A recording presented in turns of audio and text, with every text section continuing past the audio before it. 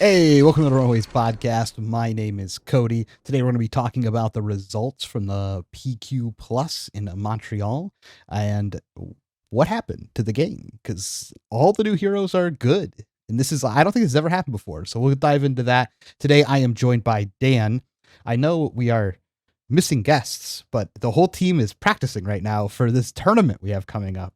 I think it's called Nationals, and we're having to be the first one, and we have a whole new set, and we have two formats to learn. And most people just locked in their deck like 2 days ago. So, it's a little hard to get guests from our team currently. And to be fair, I don't blame them. If it was up to me, I would tell them probably don't join and they should probably be practicing. Just like everyone who's listening to this should be as well. But Dan, how are you doing so far? Taking time away from testing, which I know we'd both like to be doing right now. How's it going? Yeah, I'm doing pretty well. I'm a little bit stressed because of the time crunch. I feel like I could learn so much more about the deck I plan to play in the limited format.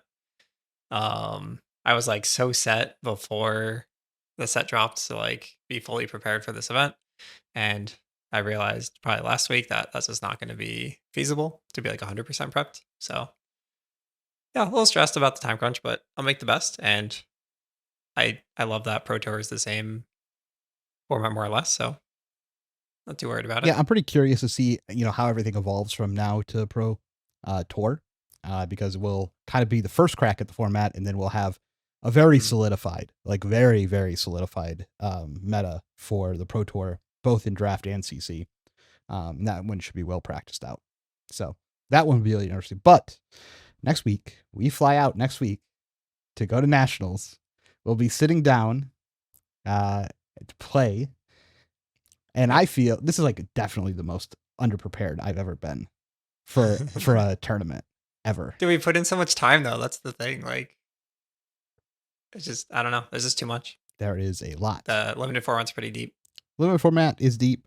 I I will say this. I feel like in the last 5 days, I've really gotten a good handle on limited. My drafts went from like really like pretty shaky, and then all of a sudden I'm just like 3-0ing very consistently, or 2-1ing. It's just 2-0, 2-1 or 3-0 every time, which is a good spot I feel like to be in.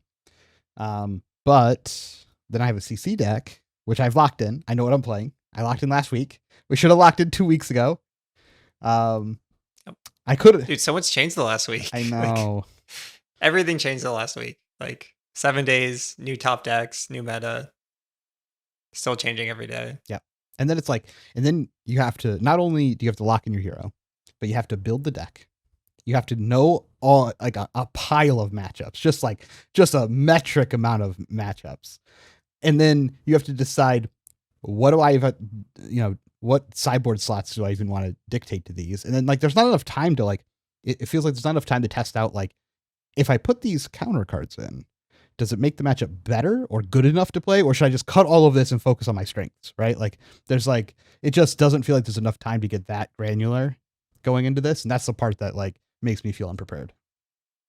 Yep. If only we foresaw that 3-4 weeks ago when we told everyone just play KO and you'll do the best you can do. Probably, Maybe. I, maybe. for the first time. I still think I kind of wish I just didn't waste time with other decks. I don't know. KO's struggling. He's struggle busting. He's also, his adoption rate's like terrible. Kind Who wants to of. play KO right now when you got Which makes him better though, right? Which is the weird thing. It's no like mirrors? he's better now because he's worse. Yep. I agree. I mean, we had the PQ. We'll talk about that. That's our first look at the format. We do have like a battle harden this weekend in Vegas.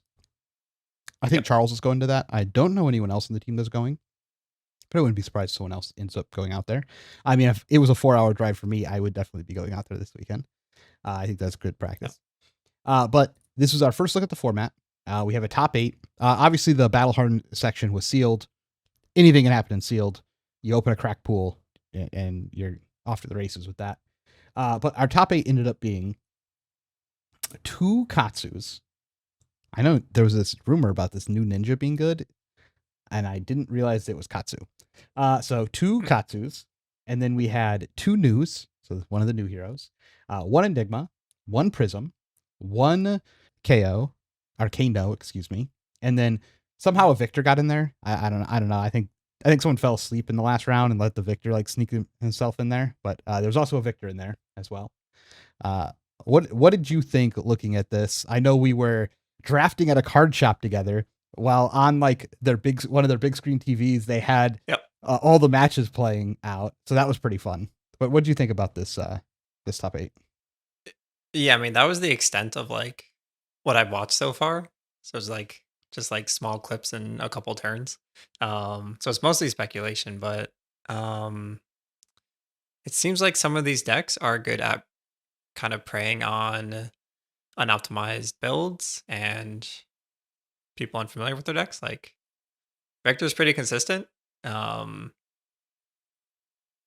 and what's the Katsu is just gonna like beat you up if your deck's not like able to keep pace or like end the game soon enough before they get their one attack to hit and now you're taking 30.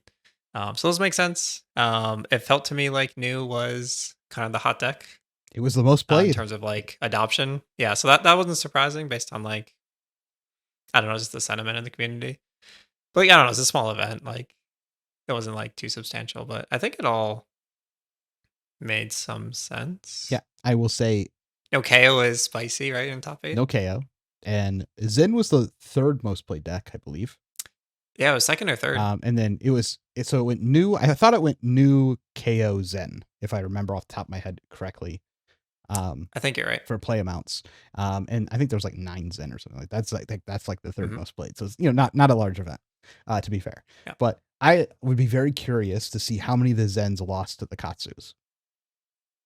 Because that matchup to me just seems cursed on the Zen side most of the time.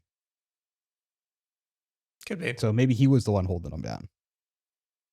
Yeah, I could see that. I hear people saying new is a hard matchup. Yeah, I can see new. I don't know. sometimes, Again, it just could be like unrefined builds. Yeah.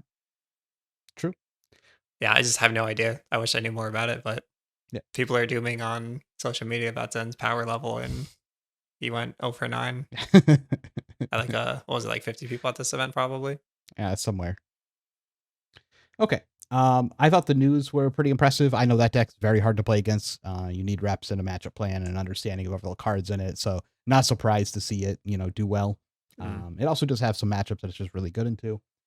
We saw a Kano. There's always a Kano. There, hopefully for not much longer, will always be a Kano. So it's sick of Kano. But there was a Kano. And then we have Victor sneaking in because, all the things you said. And Prism's expected as well. That makes sense. Trying to beat up on like ninja players and whatnot. It's also just hard to play against. Like all these decks are hard to play against, or I think Victor's just gonna like a numbers check. Like if you're not outputting a certain amount of value, Yep.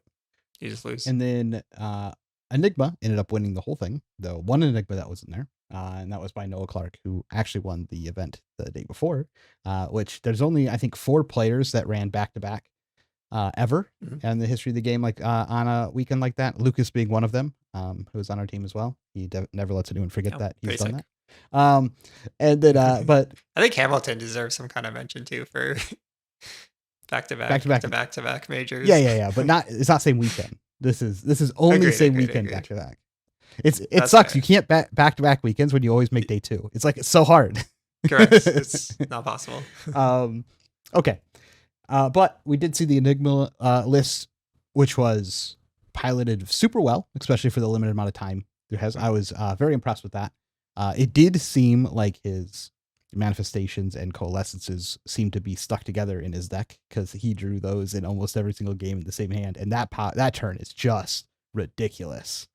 You play, Spectral Manifestations. It makes 1 shield with 3 counters on it. You swing for 4 for free. You're floating a resource because it costs 2 to play Manifestations. Then you play Coalescence. You eat all the counters onto Coalescence. It swings for 5. And then you can actually pop 1 off and then swing the counter for 1. That turn is, and then the next turn go in, then you just like pop another counter off, and now you have all this block sitting on the board. So that was a pretty cool combo to continually see happen. It felt like almost every game was like off the back of like one of those power turns like that, which is a little different for Illusionist deck. Not like a slow grindy build up, more of like a put stuff on the board gets blown up, try and find a power turn to go through, and without I think proper reps into something like that, without a bunch of experience, it can be pretty hard to navigate through the new enigma that exists. So not super surprised to see it taken down, but was played extremely well, I will say, from the games that I was watching. Now, I am curious to see what happens in Vegas.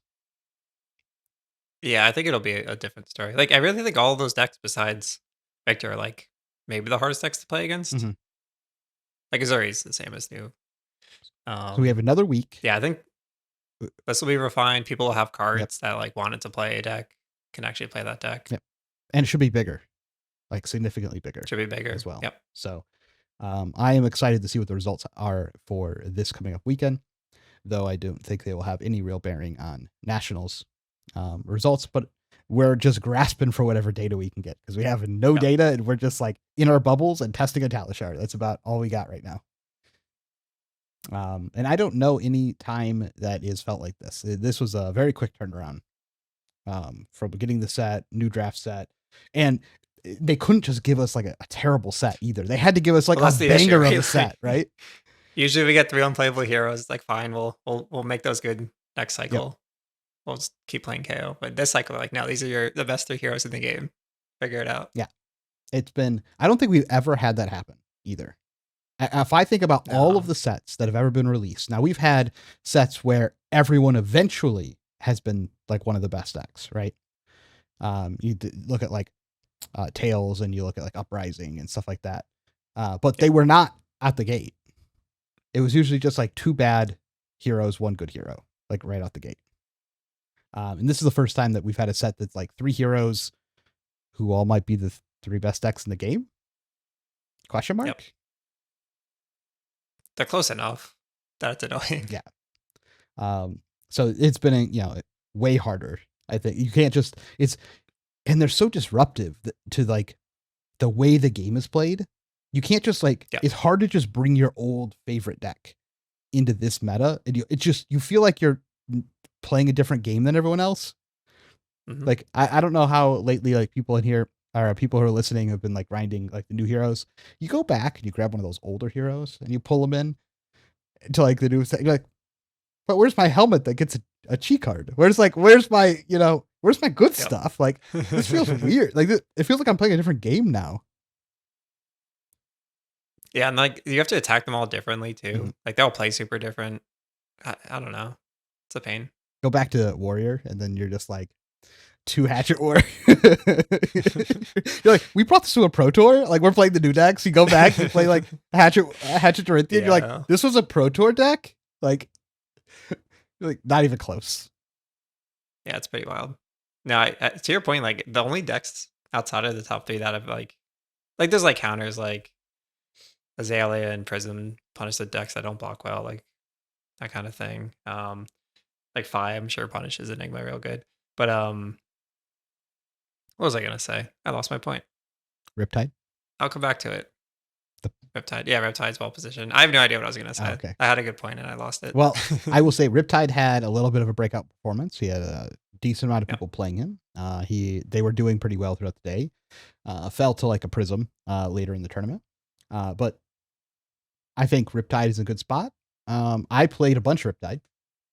I was gung-ho about maybe I just play Riptide at Nationals for a very long time. I think its KO matchup is flipping a coin most of the time. And everyone I talked to kind of agreed with that. I was like going around messaging all like the people playing Riptide for like a year, and I was like, hey, so is this matchup actually good? And they're just like, flip a coin. Oh, okay.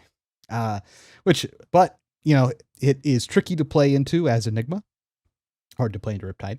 Riptide seems to have answers for like the ninjas because of all his traps. So like on paper, it like makes a lot of sense why Riptide should be, a little bit more popular. So maybe he'll have his time, but you still are running into the problem of a bunch of other the matchups you might play against are just like still not very good for him to play into. And then we saw a Vincent do well as well. That was cool to see. Yeah, that makes sense. I mean, going back, I don't know, 4 metas when Vincent was new, like I was getting beat up as Fi playing against mid set. Like it's hard when they have disruption. Mhm. I mean, I dream of Vincent being the deck. I mean, that would be great. Yep. I think the new card helps. Oh, the point. Go Agreed. go before you forget The point it. I was going to make before was regarding like the power of the hats and like playing other decks. I was gonna say brutes are the only ones that like kind of match the power in my opinion because all of their equipment is just like absurd, and they also have a hat that doesn't draw a card, but it usually discards a card in a sense. Yep. Yeah, the new Traverse, crazy powerful card. Yeah. In the deck. It's like everyone got like good equipment right off the bat in this set. Like it just doesn't feel like these feel like complete heroes. Yep. When you sit down and play them, they feel like could you imagine an expansion slot for any of them? No. Same. It just feels like for the first time we've gotten like a set where the heroes in the set are complete packages ready to be played. Agreed. And we're seeing that in the in the meta currently, right? Yep. I do feel like Shifting Winds probably should have been an expansion. It's like the only Majestic that's like unplayable in this set for limited. I just think that's kind of odd. Well, I see what you're saying. Like it has like actual no text. Like you're gonna make 2 tigers and name them for 1 resource. I guess it's fine.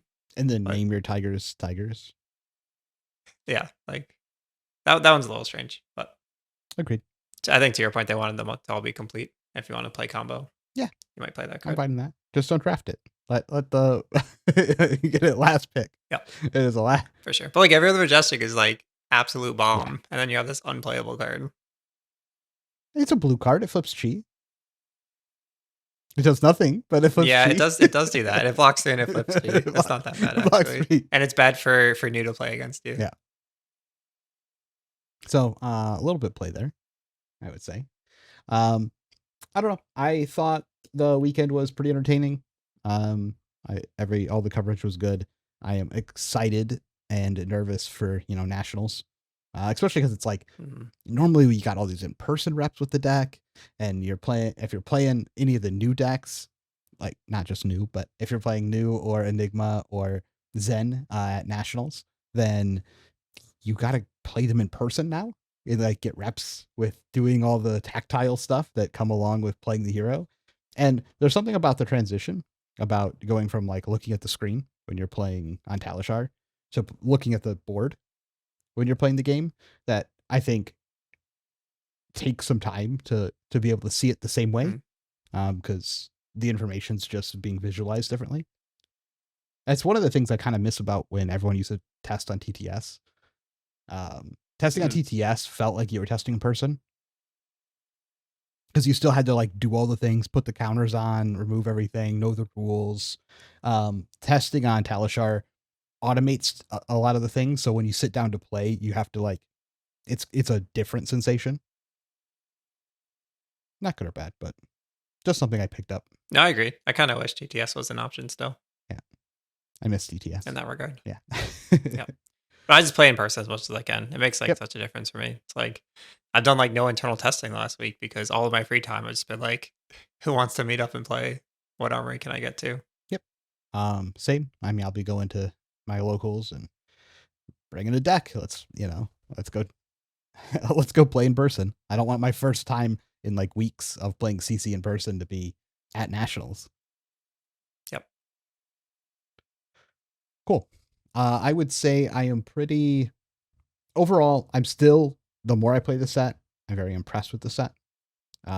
Especially with draft. The more I play draft, it is like, I'm hoping this doesn't change because we have to draft the set twice. But the more I've been drafting the set, the more I've been liking drafting the set.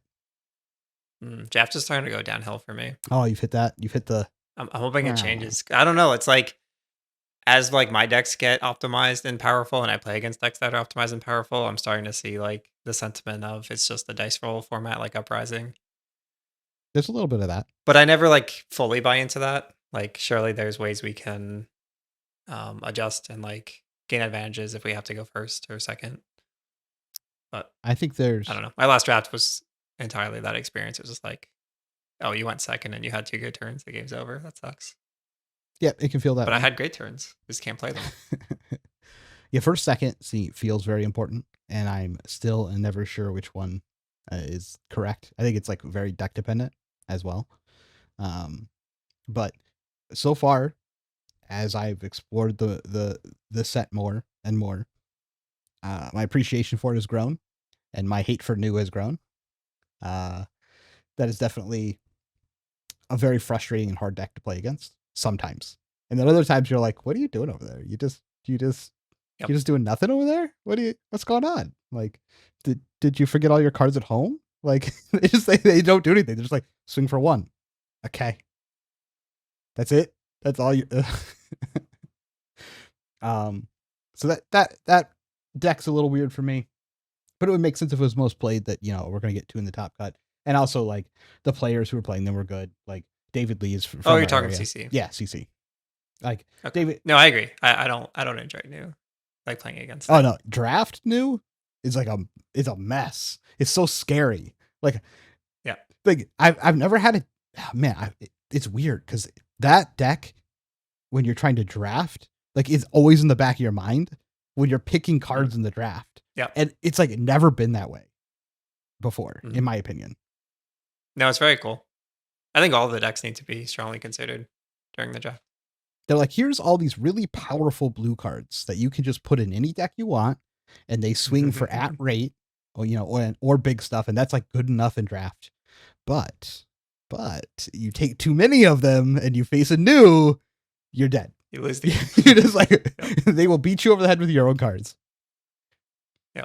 That's pretty cool. Yeah. And you could like take that risk. You just be like, you know what? I'm gonna take all of the really strong blue generics, and I'm just gonna try and kill new before they can kill me with my own cards. Or maybe I don't even play against a new. Maybe there's only like you never face one, and then you get like super paid off. Like that's never really been like a way you had to think about draft before. I think it makes this set interesting. Oh yeah. No, there's so much to explore still. And I'm sure most of that will continue to get figured out. I know I am like scared to always take those cards. Like I want some of these powerful cards, but I can't take too many of these cards. And then like if you're playing like a new mirror and most of the time you're just like playing like junk cards against each other, like they like left that one powerful blue in and it flips over. You're like, you left it in the deck. Dude, even just a droplet yeah, is like insane. That's what I mean. It's just like when you banish it in the new mirror and you're like, oh, I'm so sorry. Yep. We were playing a game and now That's we're not. really cool. It's a lot of fun. Mm-hmm.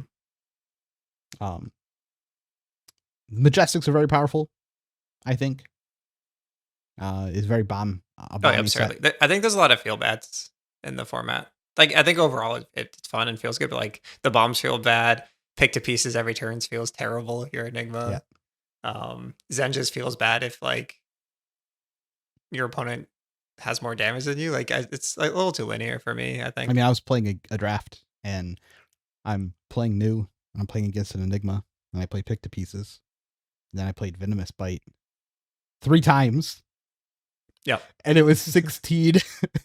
They were at 13 and they're like, no blocks. And I was like, 16? They're like, oh, GG, I guess. I was like, yep.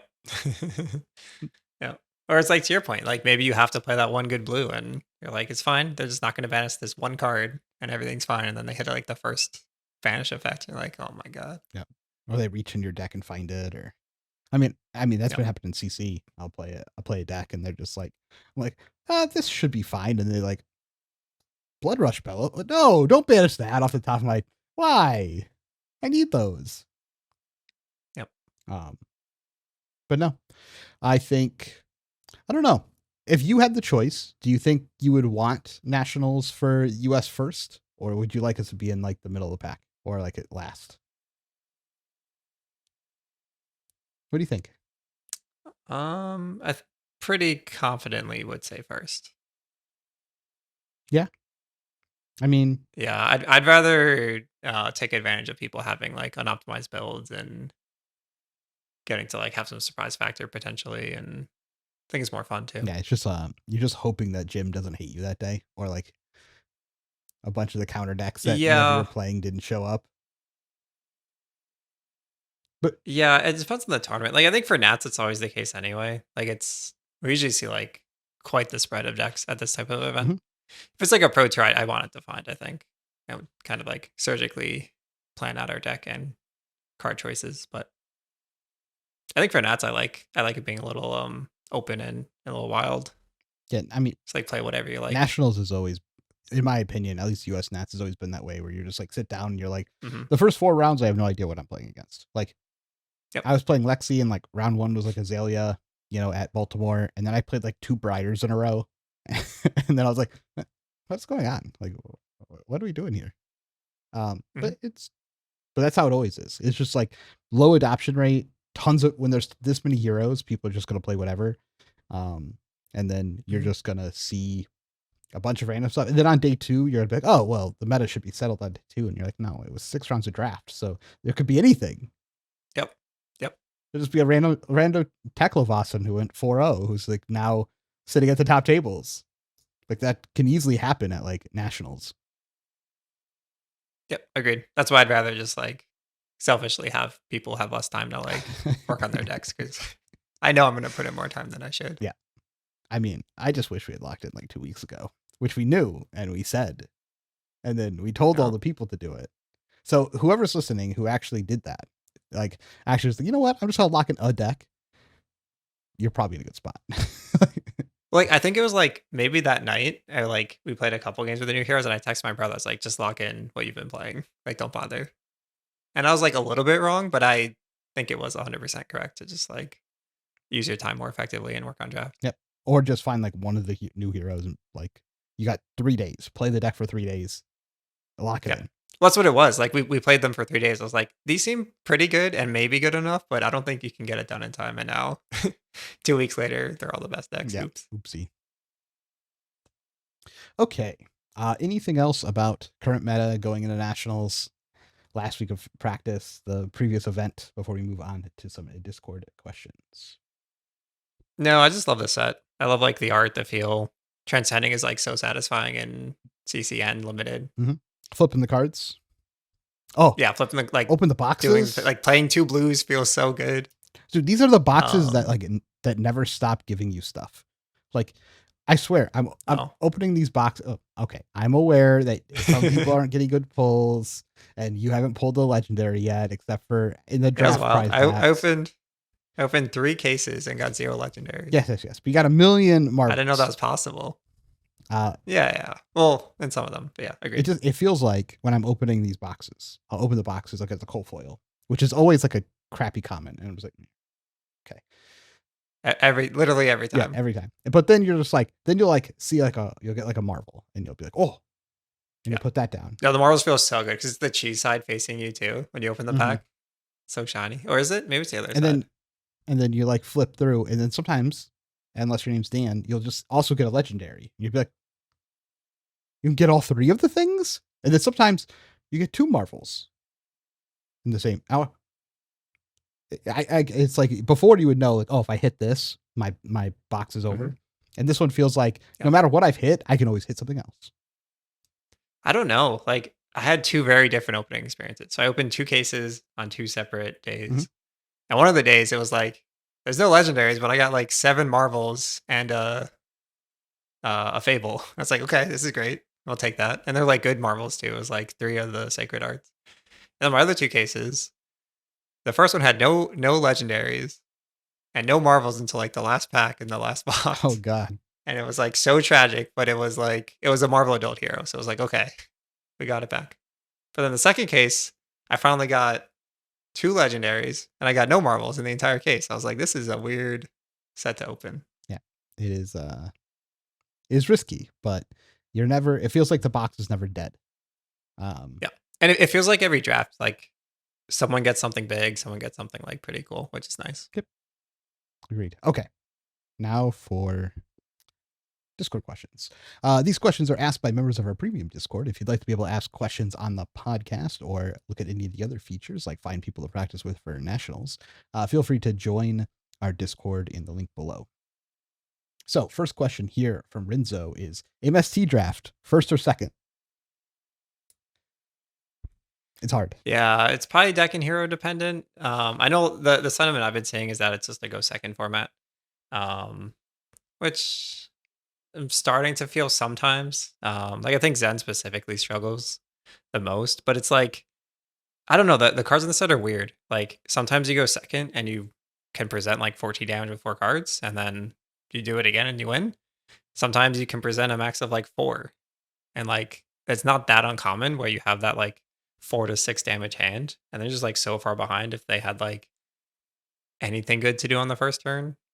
So I don't know. I'm kind of torn still. Depends on the deck. New's kind of a pain to let go first because they're gonna like chip some damage. They're gonna banish cards. Mhm. They might gain life. Like They Enigma's gonna play auras. Yep. I mean, I've had a Enigma decks that I drafted that were like, I want to go first with this deck, and I've had ones where I want to go second with this deck. Mhm. So very deck dependent. New, I almost never care.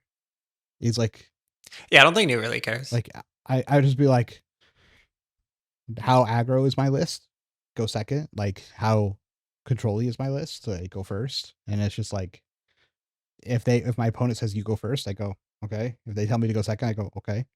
It just feels fine Mhm. either way. Like getting that set card is like a really big deal for New. Yep. And then getting like the dagger chip or cards away from your opponent is like a big deal for going first. So like I really Mhm. don't think New cares.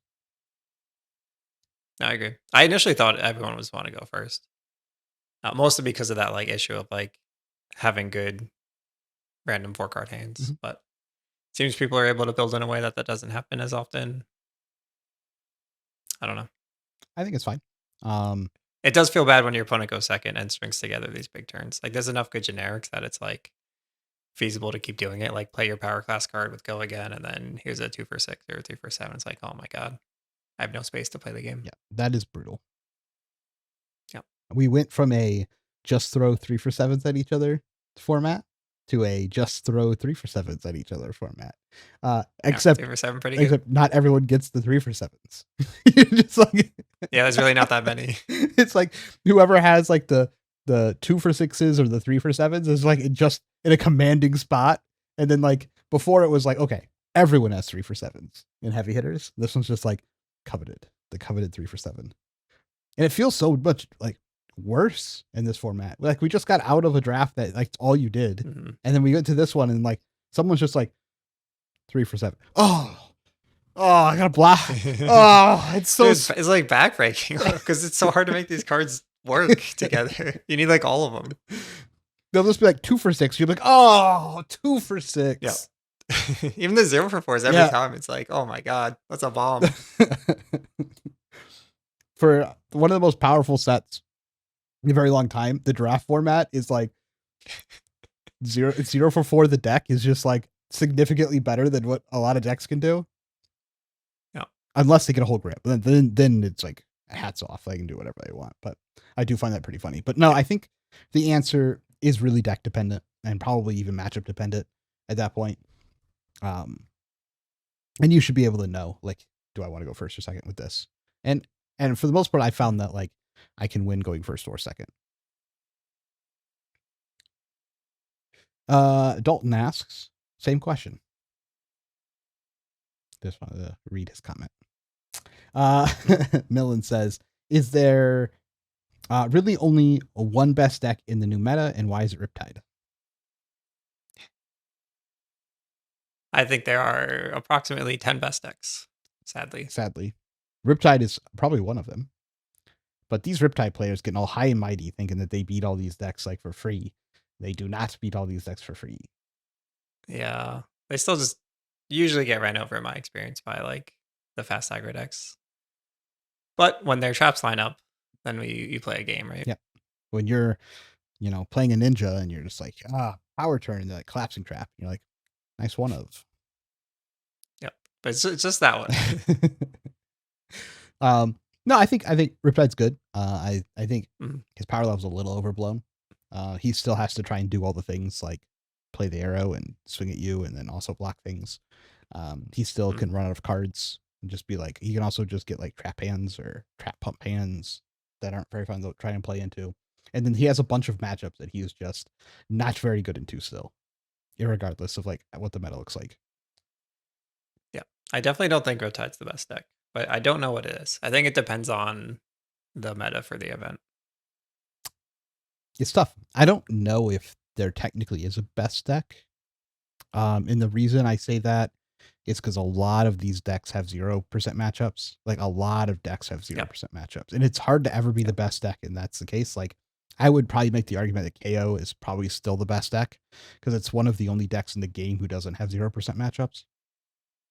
Yeah. It's just, is that good enough to? Yeah, I don't know. Like best is like how are we defining best is the issue. Like yeah, KO is still just like the standard of like this deck is great. It's everything's above rate.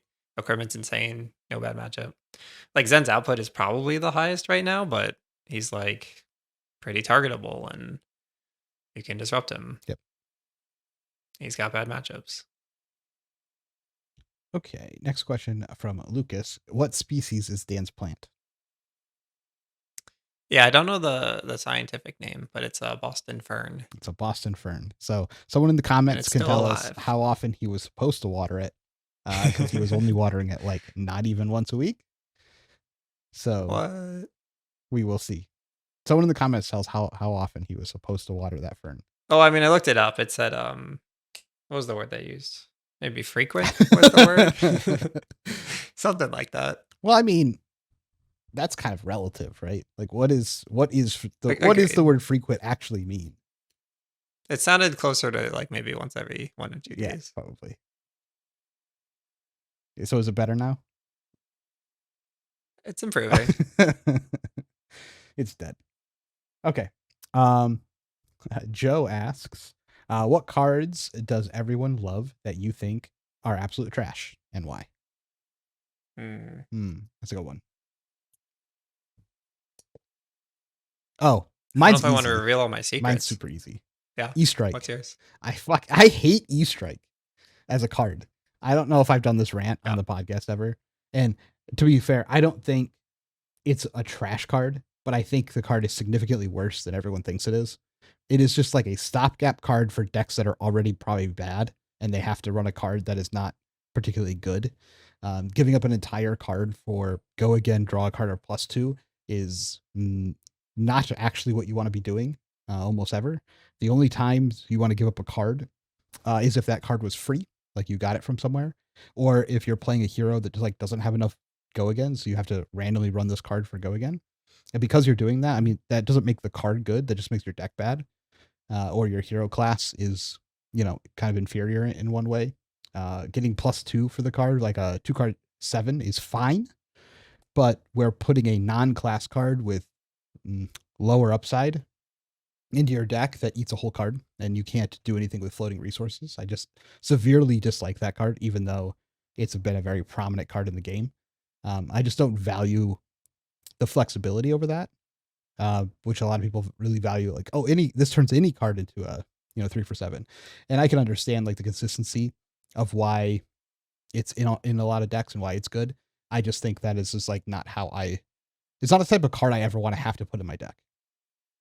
It feels like there's something going wrong with my deck if I have to put that type of card in my deck.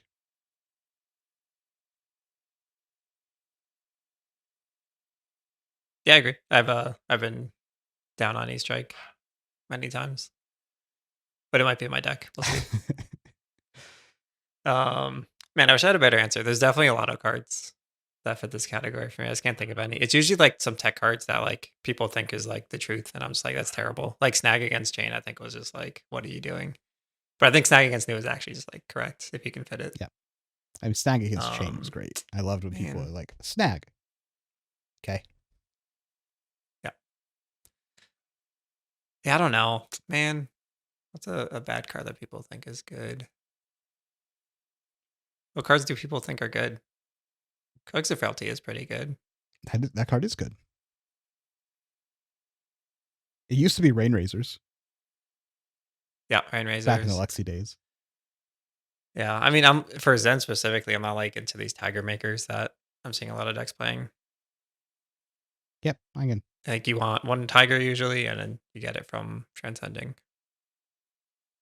Yeah, it's funny. I can think of cards other people on the team think are bad that I like, So I can think of the opposite, but I can't really. There's not that many of the opposite, other than every time someone gives me a deck list that has E-Strike in it, my first thing I do is I remove 3 E-Strikes from the deck, and then and then I'm like, okay, what real card can I actually put in the deck?